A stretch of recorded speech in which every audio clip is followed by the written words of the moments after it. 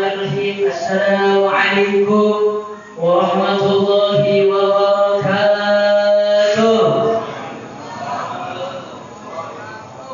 Alhamdulillahilladzi an'ama 'alaina wa kunna 'abdan walladzi khalaqana wa lam nakun min asla. La hawla wa la quwwata illa billahil 'aliyyil 'azim. Wassalatu wassalamu ala sayyidina Rasulillah sayyidina Muhammad sallallahu alaihi wasallam ibn Abdullah wa ala alihi wa sahbihi wa man walah wa la hawla wa la quwwata illa billahil 'aliyyil 'azim.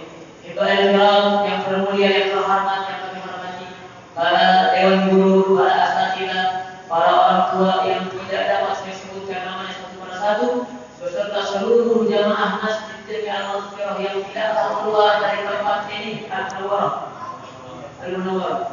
Semua jamaah yang hadir di tempat ini tidaklah keluar dari tempat ini kecuali seluruh dosa kita diampuni oleh Allah. Yang lagi sakit Allah angkat penyakitnya, Allah sehatkan badannya. Amin ya Rabbal. Sedikit yang ingin saya sampaikan. Sebagaimana Imam Ghazali di dalam kitabnya Ayyuhal Walad merupakan kitab Imam Ghazali yang ketiga daripada muridnya Imam Ghazali. Saking banyaknya Imam Ghazali punya ilmu sampai murid beliau bertanya, ya Imam, berikan kami nasihat, ringkasan dari banyaknya ilmu yang kau miliki. Maka kata Imam Ghazali di dalam pembukaan kitabnya beliau mengatakan, alamatu ya Allah Ta'ala 'ala 'abdi istighaluhu bima la ya'lam. Kata Imam Ghazali, dari banyaknya sekian ilmu yang kita punya, intinya satu, kata Imam Ghazali, sebagaimana hadis Nabi Muhammad sallallahu alaihi wasallam, kata Nabi Muhammad sallallahu alaihi wasallam, alamat Allah Ta'ala al-abdi, ada satu tanda kalau Allah Subhanahu wa taala sudah mulai berpaling dari hambanya. Tanda kalau Allah Subhanahu wa taala tidak peduli sama hambanya. Allah Subhanahu wa taala tidak mau mendiri, tidak mau menandang kepada hambanya. Apa tandanya, saudara? Kata Nabi Muhammad, tanda Allah Subhanahu wa taala berpaling dari hambanya, istighaluhu bima la ya'lam, Allah akan sibukkan hamba tersebut dengan sesuatu yang bermanfaat untuknya. Maka dari itu alhamdulillah kita bersyukur jadi orang-orang yang Allah pilih, orang-orang yang Allah saring buat ada di masjid untuk salat berjamaah. Kullu syai'in muyassarun lima khuliqa lah. Kata Rasulullah, seseorang akan dimudahkan sesuai untuk apa dia diciptakan. Orang yang Allah akan ciptakan, Allah takdirkan masuk ke surga, akan Allah permudah dia menjalankan ibadah-ibadah. Maka orang yang Allah akan takdirkan dia masuk ke dalam neraka, maka Allah Subhanahu wa taala akan persulit dia untuk melakukan kebaikan. Maka ini merupakan tanda kita hadir di ini masjid, kita salat berjamaah, mudah-mudahan kita termasuk orang-orang yang Allah pilih untuk masuk dalam surga Allah Subhanahu wa taala. Sebagaimana sedikit yang ingin saya sampaikan, sebagaimana ini adalah hari-hari terakhir daripada bulan Ramadan.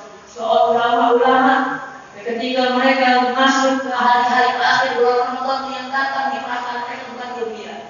Mereka bersedih ketika ingin akhirnya bulan Ramadan. Bahkan di antara ulama mereka mengatakan tanda-tanda orang yang munafik adalah ketika berakhir Ramadan maka hatinya gembira dengan berakhirnya Ramadan. Maka jangan sampai kita punya hati senang keluar dari Ramadan, kita perlu punya hati sedih keluar dari Ramadan, saudara. Maka sedikit yang ingin saya sampaikan, 3 hal yang harus kita perhatikan sebelum kita keluar dari Ramadan, saudara. Yang pertama, kita jaga sholat kita. Al-Imam Al-Haddad di dalam kitabnya Risalatul Mu'awanah, beliau mengatakan sholat terbagi menjadi 2 bagian. Kata Imam Al-Haddad, yang pertama ada surah zahirah. Ada surah zahirah, ya, gerakan-gerakan kita dari mulai sujudnya, rukuknya, adab di dalam berpakaian, itu surah zahirah, itu kita harus punya. Tapi ada satu yang tidak boleh dilupai, kata Imam Al-Haddad. Yang kedua merupakan surah batinah. Hakikat batinah, kata Imam Al-Haddad, hadirnya hati menghadap Allah Subhanahu wa taala. Itu yang harus kita perhatikan. Yang pertama salat kita. Yang kedua yang perlu kita perhatikan di bulan Ramadan ini adalah memperbanyak membaca Al-Quran. Kata Allah Subhanahu wa taala di dalam Al-Quran, yufaku anhu man ufik. Kata Allah Subhanahu wa taala, dijauhkan dari Allah orang yang dijauhkan dari Al-Quran. Dijauhkan dari Al-Quran orang yang dijauhkan dari Allah. Jadi kalau kalau kita pengen tahu berapa dekat kita sama Allah Subhanahu wa taala, seberapa dekat kita sama Al-Qur'an. Semakin dekat sama Al-Qur'an, maka kita semakin dekat dengan Allah Subhanahu wa taala. Semakin jauh sama Al-Qur'an, semakin jauh kita dari Allah Subhanahu wa taala. Diubah bukan makan bukan putih, dijauhkan dari Allah, orang dijauhkan dari Al-Qur'an, orang yang akan dijauhkan oleh Allah Subhanahu wa taala. Maka pantas buat kita nangis di bulan Ramadan, bulan Al-Qur'an. Pantas kalau di bulan Ramadan kita tidak bisa dekat dengan Al-Qur'an, gimana di bulan-bulan lainnya?